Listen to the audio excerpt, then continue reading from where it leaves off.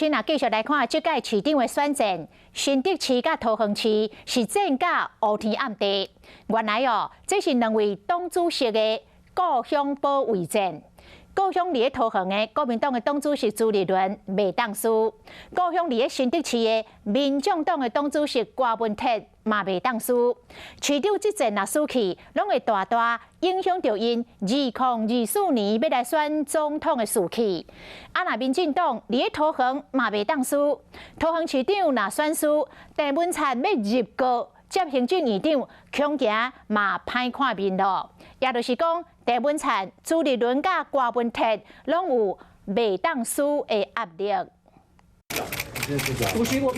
国民党主席朱立伦真挺同市长参选人张善政，一开始不管偌大的党内风暴，都是要张善政去朱立伦的家乡桃园参选。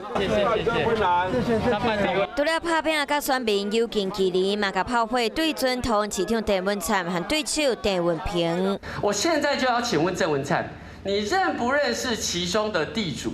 那批评郑文灿炒地皮，那指控郑文平和中国关系真好，看得出这阵对两人来讲真重要。因为桃园是拉倒过半，敢会当实现的关键关系，佫影响朱立伦2024总统大选的布局。单独这一个县市如果输了啊，那么这就对主席的这个威望会有很大的影响。但是对于他这竞争2024整体来说，应该影响还是有，不会太大。 民进党的总统、副总统拢来替郑文平做事，郑文灿嘛真全力来辅选。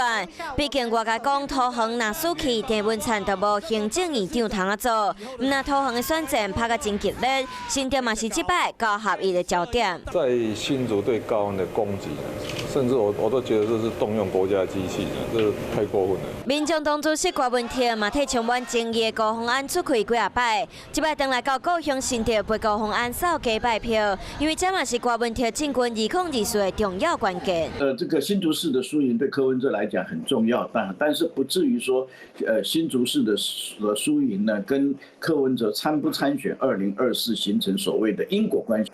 但是啊，这个会对柯文哲的士气啊，或者说支持柯文哲的团队的士气。 会有一些影响。那要镇压党主席，拢在拼要甲家乡守护条布局2024。郑文灿嘛咧拼要替连赢摕到胜利，每一个人拢有袂当输的压力。